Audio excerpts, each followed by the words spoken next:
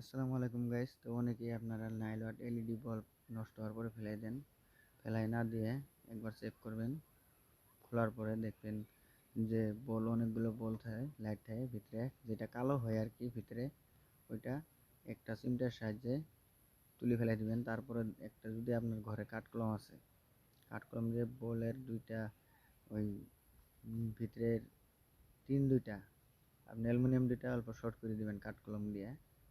বাচ্চারা পোলাপানরা তাহলে স্কুলে লেখে কাঠ পেন্সিল, ওইটা দিয়ে দেখবেন 100% সলভ হয়ে গেছে কামটা। আশা করি ভিডিওটা ভালো লাগলো। লাইভ প্রুফ দেখাচ্ছি ভাই, কোনো সন্দেহ নাই। কাঠকলমটা ভেঙে গেছে, তো ওই দেখেন চলে গেছে বলটা 100%। তো আপনারা যারা জানেন না, বলগুলো ফেলাই না দিয়ে কাজে আসবো, আর যারা জানেন না তাদেরকে দেখার জন্য সুযোগ করি ভিডিওটা শেয়ার করে দিবেন। এই পর্যন্ত আজকের ভিডিও। থ্যাংক ইউ, ধন্যবাদ সবাইকে।